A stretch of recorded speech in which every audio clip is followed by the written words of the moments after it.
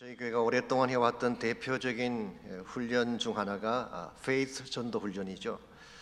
이것을 하기 위해서 오래전에 저를 포함해서 핵심 리더 몇 사람이 페이트 클리닉을 다녀왔습니다. 첫 번째는 텍사스 로박에 있는 곳에 가서 클리닉을 했고, 두 번째는 데이토나 비치에 있는 이 밥 웰치 목사님 교회에 가서 훈련을 받았습니다. 그때 훈련 중에 올랜도 인근에 있는 케네디 스페이스 센터를 방문하는 시간이 있었습니다. 잘 아시겠지만 나사 본부는 휴스턴에 있지만 우주선을 발사하는 곳은 케네디 스페이스 센터에 있습니다. 그래서 그곳에 가시게 되면 우주여행을 다녀온 우주선들이 여러 개 진열이 되어 있습니다. 그 중에 저희들의 눈길을 끌었던 것이 아폴로 13호였습니다. 아폴로 13호는 1970년 4월 11일 달 표면을 탐사하기 위해 발사된 우주선입니다. 대단히 중요한 사명을 띠고 꿈을 안고 우주공간을 향해 떠났습니다만, 도중에 서비스 모듈에 있는 산소 탱크 2개 중에 하나가 폭발하는 사고가 생겼습니다. 여러분, 우주공간에서 산소는 생명입니다. 이 산소로 인류를 삶고 이 산소로 숨을 쉬는 것이죠. 그런데 이것이 터졌으니 생명줄이 터진 것입니다. 이제 그들이 버틸 수 있는 시간은 많이 남아있지 않았습니다. 더구나 대기권으로 진입할 때 사용해야 될 산소의 양도 충분하지가 못했습니다. 환경만 본다면 그들이 다시 돌아오는 것은 불가능해 보였습니다. 그때 아폴로 13호의 선장이었던 제임스 라벨이 나사에 보낸 유명한 메시지가 있습니다. Houston, we have a problem. 너무나 유명한 문구이죠. 이것은 지구에서 22만 마일 떨어진 우주 공간에서 보내온 메시지였습니다. 답이 왔을까요? 안 왔을까요? 왔습니다. 잠시 후에 나사의 컨트롤 센터 총책임자인 진 크랜처라는 사람이 회신을 보내왔어요. 이것도 유명한 문구입니다. Failure is not an option. 실패는 우리가 고려해야 될 선택사항이 아니다라는 메시지. 다른 말로 표현하면 반드시 구해내겠다는 것이죠. 그리고 그때부터 미국의 전 국민적인 기도가 시작이 되었고, 모든 역량을 총동원한 그런 일들을 감행한 끝에 4일 만에 불가능해 보였던 난관을 뚫고 모든 크루 멤버가 무사히 귀환할 수가 있었습니다. 여러분 생각에 어떻게 이것이 가능했다고 생각하시나요? 물론 나사가 심혈을 기울인 총력 때문이라고 말할 수 있을 것입니다. 그러나 그 당시 나사 본부 관제탑에서 일을 했던 Houston, we have a problem이라는 메시지를 처음 받았던 당사자가 제리 우드필인데요. 그는 이렇게 말을 했습니다. 이건 하나님이 개입하지 않았다면 절대로 일어날 수 없는 기적이다. 기도에 응답하신 하나님의 섭리다. 이런 말을 했습니다. 흥미로운 사실이 뭔지 아십니까? 그 당시 제리 우드필은 크리스찬이 아니었다고 합니다. 예수 믿지 않는 사람이었어요. 그럼에도 불구하고 도저히 이해할 수 없는 그런 일들이, 과학과 테크놀로지로 설명할 수 없는 일들이 연속적으로 일어났기 때문에 그런 이런 고백을 할 수밖에 없었고, 이것을 계기로 나중에 본인 자신이 크리스찬이 되죠. 그래서인지 모르지만 약 10년이 지난 후에 타임지가 이 사건을 특집으로 다루면서 제목을 이렇게 뽑았어요. Houston, we have a miracle. 우리는 기적을 가졌다라고 하는 그런 제목의 글을 실었습니다. 여러분 놀랍지 않습니까? 지구에서 22만 마일 떨어진 곳에서 보낸 인간의 프로블럼을 미러클로 바꾸시는 하나님, 바로 이 하나님이 우리 하나님이신 줄 믿습니다. My God, that's who you are. 우리가 늘 부르는 찬양 가사처럼 하나님은 이와 같이 기적을 행하시고 우리 앞길을 열어주신 하나님이죠. 여러분, 가족과 인생을 살아가다 보면 예기치 않는 사건을 만날 때가 있습니다. 전혀 예상하지 못한 문제가 터지기도 하고 뜻밖의 변수 때문에 가던 길을 멈추어 서야 될 때가 있습니다. 그때 우리에게 필요한 것이 무엇인지 아십니까? 도움을 청하고 도움을 줄 수 있는 대상이 필요해요. 성경은 그분을 하나님이라고 부르고 있습니다. 우리가 얼마나 먼 곳에 떨어져 있건 어떤 문제를 가지고 있건 하나님께 나가서 부르짖기만 하면 하나님 꼭 대답해 주세요. 오케이, 염려하지 마. Failure is not my option. 실패나 실수는 내가 선택할 고려사항이 아니야. 반드시 건져내어 주마 라고 말씀하시고 응답해 주시는 것입니다. 그러므로 우리가 인생을 살면서 맞이하는 문제는 눈에 보이는 문제가 전부가 아닙니다. 더 정확하게 말하면 내 앞에 펼쳐진 문제가 진짜 문제가 아니라 하나님을 어떤 분으로 신뢰하느냐가 더 큰 이슈입니다. 참된 믿음을 갖고 살게 된다면 여러분은 어떤 문제도 넘어설 수가 있지만, 아무리 다른 조건을 잘 갖추어도 하나님을 향한 믿음이 바로 되지 않다면 여러분은 결코 성공자가 될 수가 없습니다. 이런 면에서 우리 인생을 거침없이 살 수 있게 만드는 비결, 여러분과 저의 삶이 막힌 장애가 찾아올지라도 그것을 넘어서게 만드는 유일한 비결은 바로 하나님 자신입니다. 오늘 제가 설교를 준비하면서 제목을 거침없는 삶이라고 붙였는데요, 거침이 없다는 말의 뜻은 막히는 것이 없다 그런 뜻이에요. 영어로 unhindered, trouble free 그렇게 번역할 수 있는 단어입니다. 근데 여러분, 실제로 여러분 인생 가운데 방해물이나 거침돌이 없을까요? 사실은 반대죠. 누구의 삶에나 장애물이 있고 거침돌이 있기 마련입니다. 그런데 만일 하나님이 우리 앞서 가시면서 이 모든 장애물을 다 처리해 주신다면 우리 인생은 거침없이 살아갈 수가 있는 것입니다. 그러므로 문제는 환경도 아니고 나 자신의 연약함도 아니라 하나님을 어떻게 신뢰하느냐, 하나님을 어떻게 붙잡느냐가 모든 성공과 실패의 키가 되는 것입니다. 여러분의 인생 가운데도 장애물이 있을지 모르겠습니다. 여러분의 삶 속에도 돌발적인 변수가 일어나서 당황스러워하고 모든 것을 멈춰야 될 상황이 올지 모르지만 그때 여러분이 하나님께 나가시기 바랍니다.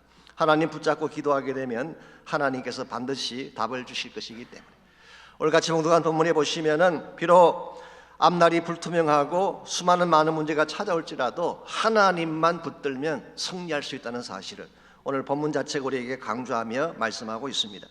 사실 23장과 24장은 여호수아가 마지막으로 남기는 유언과 같은 말씀이죠. 아마도 23장 말씀은 성막이 있는 실로에서 했던 말씀 같습니다. 그리고 24장은 세겜 지역의 사람들을 모아놓고 선포했던 말씀입니다. 1절을 같이 보시면 여호수아가 이 말씀하실 때 정황이 이렇게 소개가 되어 있습니다. 여호와께서 주위의 모든 원수들로부터 이스라엘을 쉬게 하신 지 오랜 후에 여호수아가 나이 많아 늙은지라라고 했습니다. 전쟁이 끝이 나고 가나안 정복도 끝이 나고 땅 분배가 다 끝이 난 시점, 그래서 온 이스라엘이 비로소 평화와 안식 가운데 처하게 된 시점, 이때 여호수아의 나이가 많았다고 기록을 하고 있죠. 몇 살 정도나 됐을까요? 돌아가시기 직전이니까 아마 110세 가까이 되지 않았을까 생각합니다. 우리가 잘 아는 바처럼 여호수아는 애굽에서 나왔던 출애굽 1세대입니다. 그러므로 그는 애굽도 경험을 했고 광야 40년도 통과했던 사람, 가나안 땅에 들어와서 7년 동안 전쟁을 했고 모든 지파에게 땅을 분배해 주느라 많은 시간을 보냈던 그야말로 긴 세월을 오직 한 가지 하나님 분부를 수행하기 위해 달려왔던 백전노장이라고 부를 수가 있습니다. 한때는 패기만만한 장군이 용사였습니다마는 이제는 나이가 많아서 세상을 떠나야 할 시점이 온 것입니다.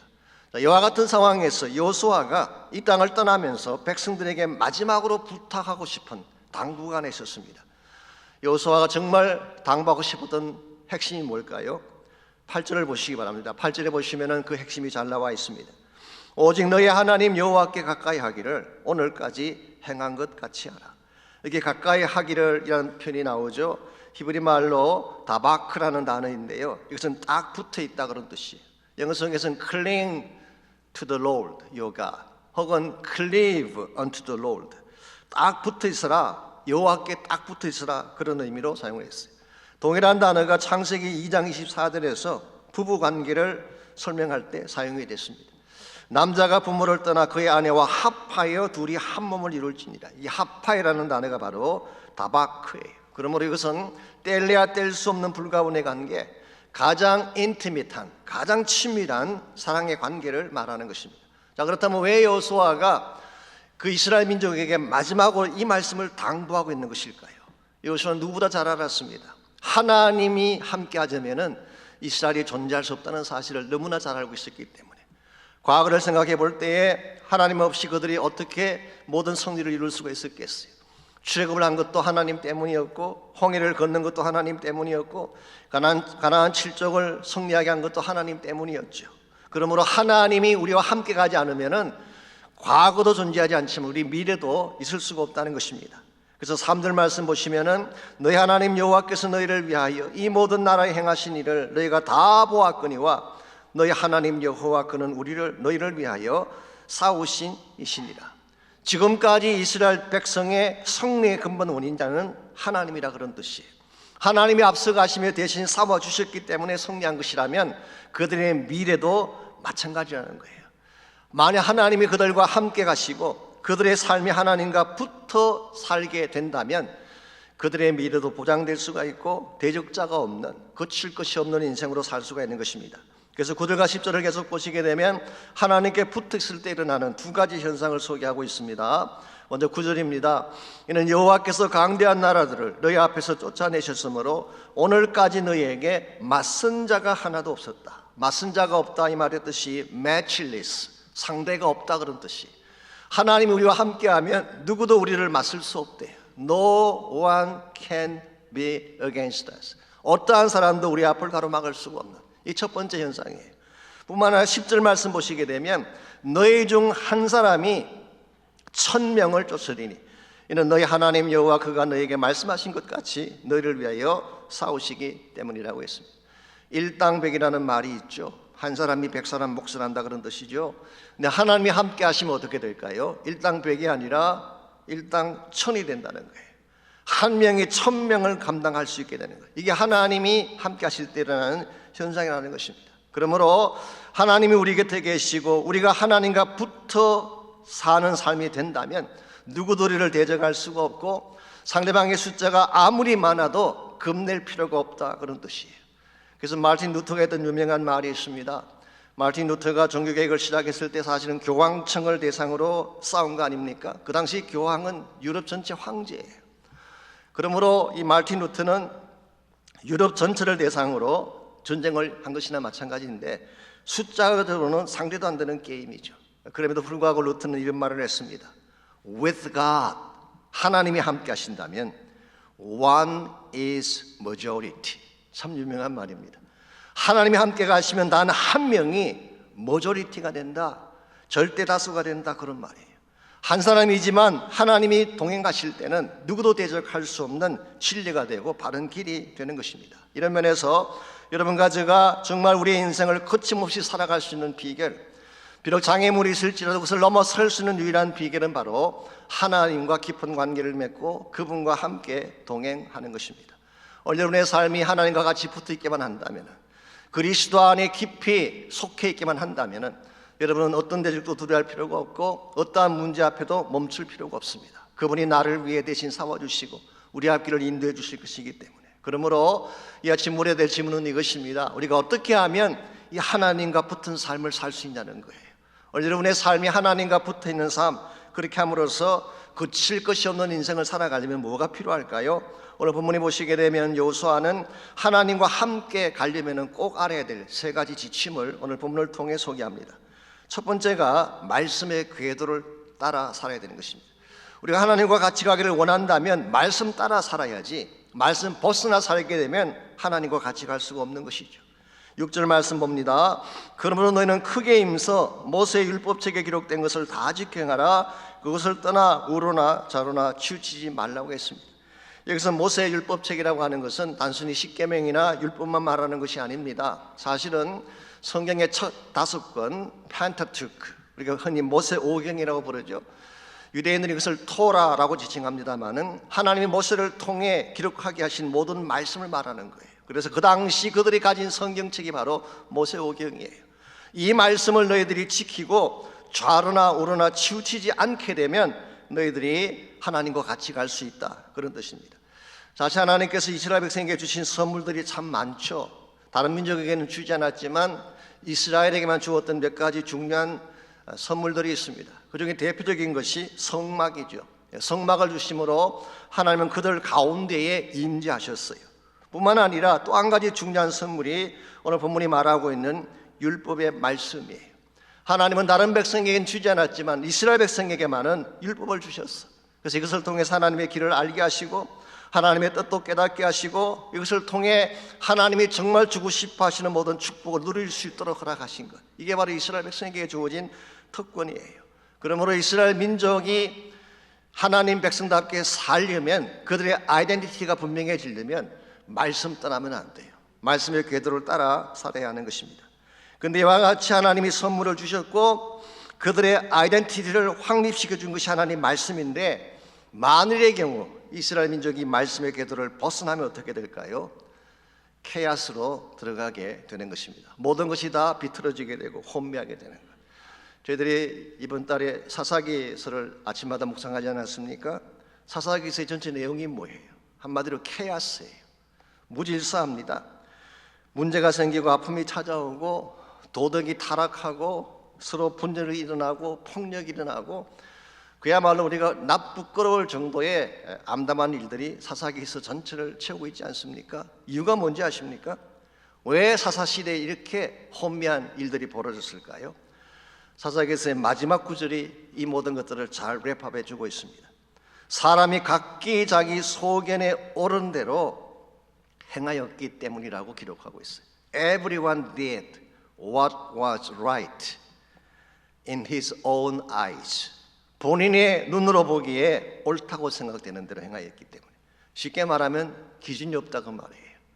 말씀의 기준이 없이, 절대적 기준이 없이 살았기 때문에 각자 원하는 대로 하다 보니까 부딪힐 수밖에 없고 혼란이 찾아올 수밖에 없고 결과적으로 비참한 열매를 맺게 된 것입니다. 하나님은 이미 그들에게 기준을 주셨는데, 바른 가치가 무엇인지, 진리가 무엇인지를 알게 하셨는데, 그게 바로 율법이요, 그게 율례요, 하나님의 말씀인데 그들은 이것을 리젝트하고 거부했기 때문에 결과적으로 상처를 입게 되고 수치를 당하게 된 것입니다. 오늘 여러분과 제가 이 마지막 시대에 귀담아야 드려야 될 메시지가 여기 있습니다. 개인이건 교회든 마찬가지입니다. 우리가 아무리 외적인 것을 많이 이룩해도 말씀의 궤도를 벗어나면 우리 망하게 돼 있어요. 세상 사람들이 아무리 우리를 좋게 평가를 해주어도 말씀을 벗어나게 되면 성공하고도 실패자가 될 수가 있어요. 저는 그 좋은 예가 사울왕의 케이스라고 생각합니다. 우리가 이 사울왕 그러면 굉장히 형편없는 사람처럼 생각하지만요, 이 다윗과 비교를 하기 때문에 그렇게 생각을 하는 것입니다. 그런데 원래 사울은 괜찮은 사람이었어요. 용모도 준수했고 얼굴이 잘생겼습니다. 능력이 뛰어난 사람, 이스라엘을 안정된 나라로 세우는데 큰 역할을 했던 왕이었습니다. 그럼에도 불구하고 왜 사울이 실패자가 됐을까요? 결론부터 말씀드리면 하나님 말씀을 불순종했기 때문에. 사무엘상 13장에 보시면은 우리가 잘 아는 믹마스 전투가 나오죠. 한 번은 블레셋 군대가 침공을 해왔습니다. 그리고 믹마스라는 곳에 집결을 했는데요, 사울이 군대를 끌고 나가보니까 생각보다 블레셋 군대가 너무 많았어요. 이 엄청난 군사력을 본 순간 이스라엘 진영이 흔들리기 시작했어요. 사람들이 흩어지기 시작한 것입니다. 그때에 흩어지는 사람들의 전열을 다시 가다듬을 수 있는 비결이 뭔지 아십니까? 제사를 드리면 되는 것입니다. 그래서 제사를 드리려고 하는데 문제는 제사장이 없는 거예요. 제사장이 있어야지 제사를 드릴 수가 있는데 그 당시 제사장직을 맡았던 사무엘이 오지 않는 것입니다. 하루를 기다리고 이틀을 기다려도 안 왔어요. 7일까지 기다렸는데 오지 않게 되자 사울이 자기 손으로 제사를 드리고 말죠. 그런데 사울이 제사를 드리자마자 성경은 기록하기를 사무엘이 도착하니라 그랬어요. 도착한 사무엘이 어떻게 했나요? 사울을 책망을 했습니다. 그리고 하나님이 당신을 버리실 것이라는 예언을 하게 되고, 사실은 이때부터 사울의 왕조가 기울어지기 시작한 것입니다. 뭐가 문제였나요? 사실 사울 왕이 그렇게 행동한 것은 명분이 있습니다. 민족을 구해야 된다는 명분이 있었어요. 사울이 드렸던 제사 자체가 잘못된 건 아니죠. 번제라고 하는 거룩한 제사를 드린 것입니다. 뿐만 아니라 사무엘상 14장을 쭉 읽어보시면요, 사실 그 제사를 드린 후에 실제로 이스라엘이 승리를 합니다. 블레셋을 다 쫓아내고 큰 승리를 거두게 된 것입니다. 외형상 보게 되면 성공했어요. 민족들을 잘 규합을 했고 결과적으로 적군을 잘 물리쳤고 나라를 지켜낸 것입니다. 우리가 볼 때는 하자가 없어 보이는데 무엇이 잘못된 것일까요? 이유는 딱 한 가지예요. 하나님의 말씀을 무시하고 자기 마음대로 했기 때문에. 우린 이 말씀 앞에 굉장히 경각심을 가지고 봐야 될 이유가 있습니다. 오늘 현대 교회들이 숫자만 크면 된다, 외형상 보기에 많은 것들을 갖추면 된다는 사고방식을 가지고 있는데요, 사실 그것은 굉장히 위험할 수가 있습니다. 더 중요한 것은 말씀 따라 행하느냐, 이게 더 중요해요. 아무리 외형이 커 보이고 규모가 커 보여도요, 말씀대로 하지 않는 교회는 하나님 기뻐하지 않아요. 오래전에 저희 교회 부흥 집회를 인도하러 오신 분 중에 후안 카를로스 오르티즈라는 유명한 목사님이 계셨습니다. 이분은 아르헨티나 부에노스아이레스에서 목회하시는 분이시는데 미국으로 오셨죠. 이분이 처음 그 부에노스아이레스에 있는 교회에 부임하셨을 때 한 50명, 60명 모이는 작은 교회였다고 합니다. 그런데 1년 동안 얼마나 열심히 하셨는지 그야말로 종횡무진으로 뛰시는 가운데에 1년 안에 600명 이상이 모이는 큰 교회가 됐어요. 외형상 보기에는 누가 봐도 큰 성공이죠.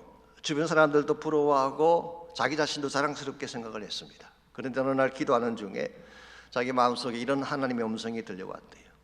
너는 교회가 건강해지는 것과 살이 찌는 것을 구별하지 못하느냐. 살만 찐다고 해서 건강한 게 아니다. 우리 몸도 사실 그렇잖아요. 체중이 늘어나고 이 배 둘레가 늘어난다고 이게 건강한가요? 여러분, 배에 살이 붙기 시작하는 순간부터 성인병이 다 시작됩니다. 살찐다고 건강한 게 아니에요.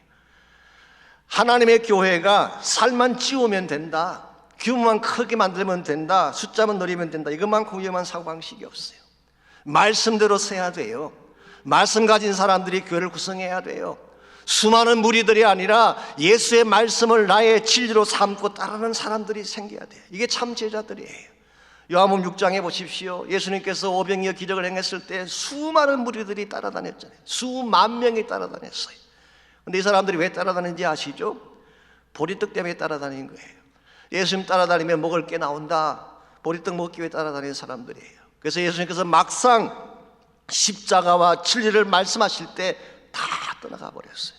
그래 주님이 제자들에게 뭐라고 말씀하셨나요? 너희도 가겠느냐? 그때 베드로가 주의 말씀이 여기 계시오매 우리가 네게로 가겠습니까? 주는 그리스도시 하나님의 아들이신 것을 믿고 알게 됐다는 고백을 하게 되죠. 이게 진짜 제자예요.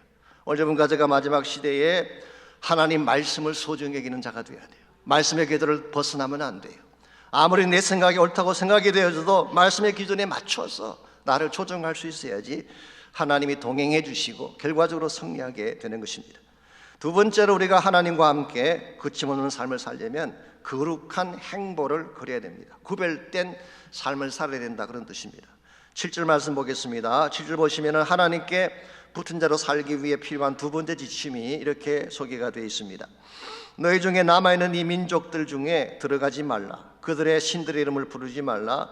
그것들을 가리켜 맹세하지 말라. 또 그것을 섬겨서 그들에게 절하지 말라. 한마디로 요약하면 이방인들과 섞이지 말라, 그 말이에요. 영적으로 혼합주의에 빠지지 말라, 그런 뜻입니다.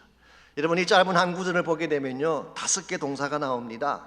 그래서 이 5개 동사가 우리가 세상 속으로 빠져들어가는 스텝과 같다고 할 수가 있어요. 첫째로 들어가지 말라, do not go. 두 번째로 부르지 말아라, do not call. 맹세하지 말아라, do not swear. 섬기지 말아라, do not serve. 그리고 마지막으로 절하지 말아라, do not bow down. 이 5가지 스텝이 나오는데요, 첫 번째 스텝이 참 중요해요. 일단 들어가고 나면 그 다음에 마지막까지 가는 것은 시간 문제예요. 흔히 그렇게 말을 하죠. 나는 구경만 하지 절대 들어가지 않겠다, 그런 분이 계세요. 여러분, 마약 중독에 걸리시는 분들이나 도박의 유혹에 빠지는 사람들이 처음부터 인생 말아먹을 각오하고 그걸 시작하는 줄 아십니까? 아니에요. 잠깐 맛만 보겠다고, 구경만 하겠다고 왔다가 빠져들어가면 못 빠져나오는 것입니다. 그러므로 여러분이 정말 하나님 백성답게 살기로 원한다면 처음부터 죄와 타협하면 안 되는 거예요. 세상과 타협하면 그때부터 우리는 끌려갈 수밖에 없는 것입니다. 그래서 시편 1편에 보시게 되면 복 있는 사람의 특징을 어떻게 묘사했습니까? 복 있는 사람은 악인들의 꾀를 따르지 아니하며 죄인들의 길에 서지 아니하며 오만한 자의 자리에 앉지 아니하고 그랬죠. Do not walk in. 정말 복 있는 사람은 악인들이 있는 곳에 걸어 들어가지 않는 거예요. Walk in. Do not stand in. 그들 가운데 서지 않는 거예요. 그리고 do not sit in. 그들 한가운데 앉지 않는 것입니다. 이걸 반대로 여러분께서 만일 악한 자의 꾀를 따라 들어가게 되면 그들 가운데 서게 돼요. 서게 되면 앉게 되는 것입니다. 그럼 하나님을 떠나는 거예요. 그래서 하나님의 말씀은 너희들이 그렇게 하지 말고 여호와의 율법을 주야로 묵상하고 하나님의 길을 따라 살게 되면 그때 시냇가에 심은 나무가 시절을 쫓아 과실을 맺는 것처럼 잎사귀가 마르지 않고 모든 행하는 일이 형통하리라 말씀해 주셨어요. 여러분, 이것이 형통의 비결입니다. 이게 그침없는 삶의 비결이죠. 그러므로 우리 사는 이 시대가 참 악한 시대이고 혼미한 시대이긴 하지만 그럴지라도 거룩하게 사시기 바랍니다. 진실되게 정직한 모습으로 일도 하고 사업을 하시기 바랍니다. 그렇게 하면 내가 망할 것 같죠? 정도를 따라 살면 내가 망할 것 같지만 결코 그렇지 않습니다. 여러분, 길게 보셔야 돼요. 잠깐 보면은 악한 길을 가는 것이 쉽게 가는 것처럼 보일지 모르지만 길게 보세요. 인생 전체를 놓고 보게 되면요, 결국 바른 길을 따라가는 자가 승리하게 되고 축복받게 되는 것입니다.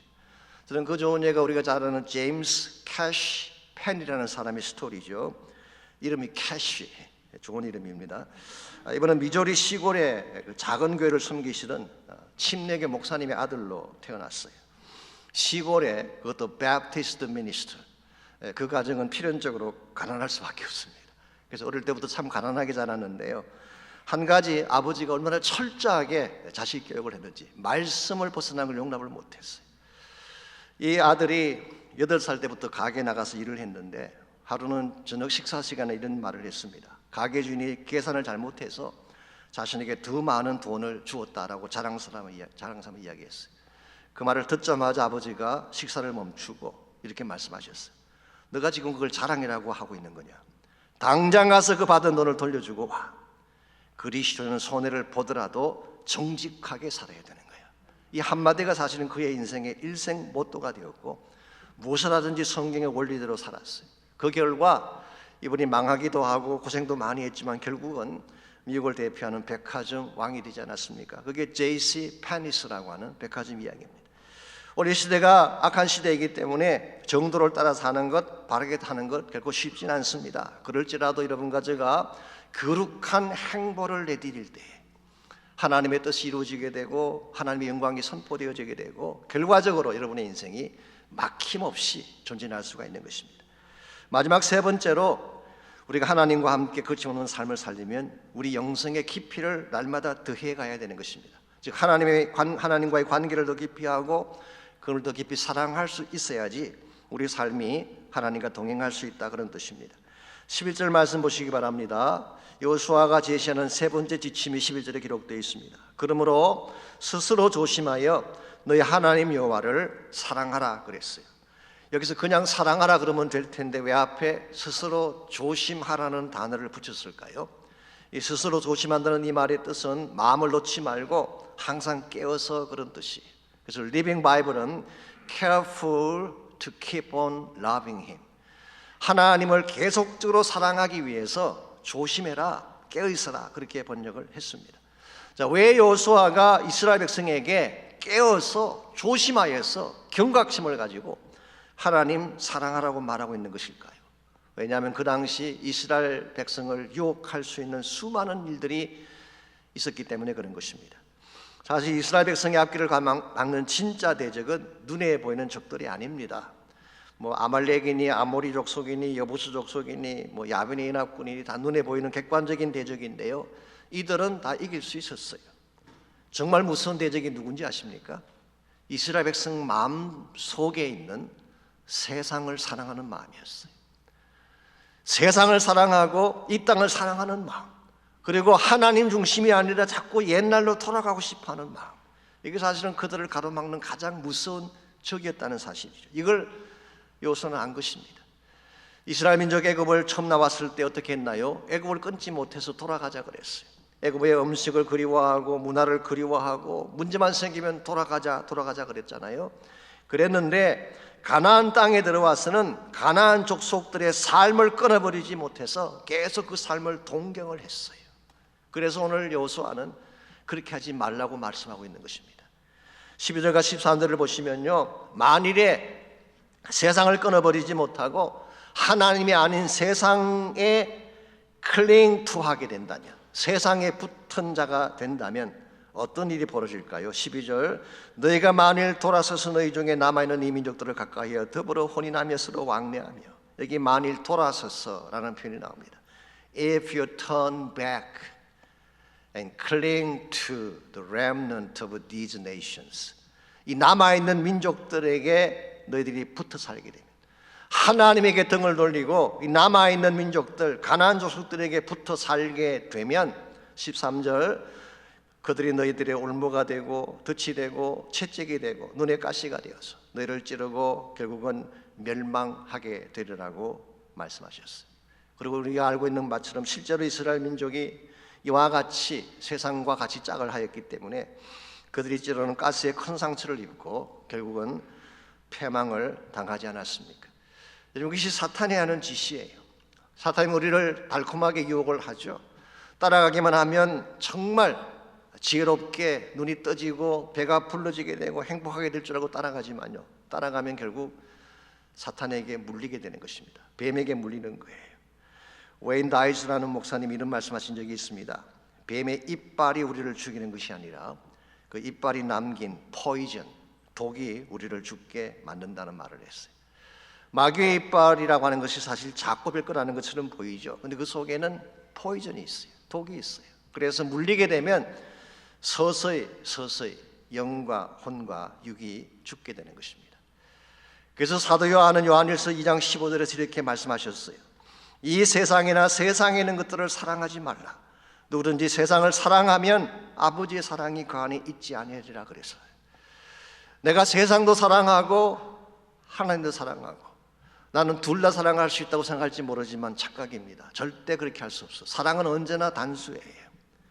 two라고 하는 단어는 사랑을 설명하는 데 있어서 fatal number, 이건 치명적인 숫자예요. 세상에 사랑하는 아내가 하나라 해야지 둘이면 되겠어요? 내가 정말 사랑을 부어야 될 대상은 하나라 해야 돼요. 여러분이 하나님도 사랑하고 세상도 사랑한다 말은 가능할지 모르지만 실제는 안 됩니다. 그래서 여러분이 정말 하나님 중심으로 살기를 원한다면 하나님에게 집중하시기 바랍니다. 그분 한 분만이 나의 전부임을 고백하시기를 바랍니다. 그분의 말씀을 순종하고 그분 만나는 것을 기뻐하며 그분과 함께 동행자가 되어서 살아가실 때 여러분 세상을 이기게 되고 세상을 넘어서게 되는 것입니다. 우리 인생의 성공의 비결은 not clinging to this world, 이 세상과 짝하에 사는 데 있는 것이 아니라 clinging to the Lord, 우리 하나님, 우리 주님에게 붙어 살 때 악한 자가 우리를 떠나게 되고 하나님 우리의 방패가 되셔서 우리를 지켜주시고 우리를 보호해 주시는 거예요. 그래서 사도 바울 로마서 8장 31절에서 고백을 하지 않습니까? 만일 하나님이 우리를 위하시면 누가 우리를 대적하겠느냐? If God is for us, who can be against us? 하나님이 내 편이 되신다면 누가 나를 대적했을 수 있겠느냐? 사도 요한일서 5장 18절에서 이렇게 말했습니다. 하나님께로서 나신 자가 그를 지키심에 악한 자가 그를 만지지도 못하느니라. 하나님께로서 나신 자가 누구인가요? 성령님이죠. 우리 안에 내주하시는 성령님, 내 안에 오신 그리스도예요. 내 안에 그분이 함께 하신다면 악한 자가 우리를 만질 수도 없대요. 여러분 기억하십시오.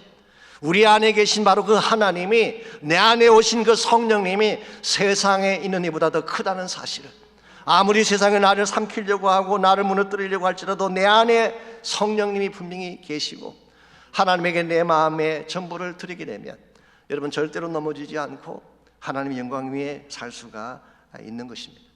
우리 인생이라고 하는 것이 서론에서 말씀드린 것처럼 항상 예기치 못할 일들이 벌어지게 되고 우리 힘으로 감당할 수 있는 문제들이 반드시 일어나게 됩니다. 그때 우리에게 필요한 것은 바로 하나님이에요. 한번은 D.L. 무디 선생이 드와이트 L. 무디라고 아시죠?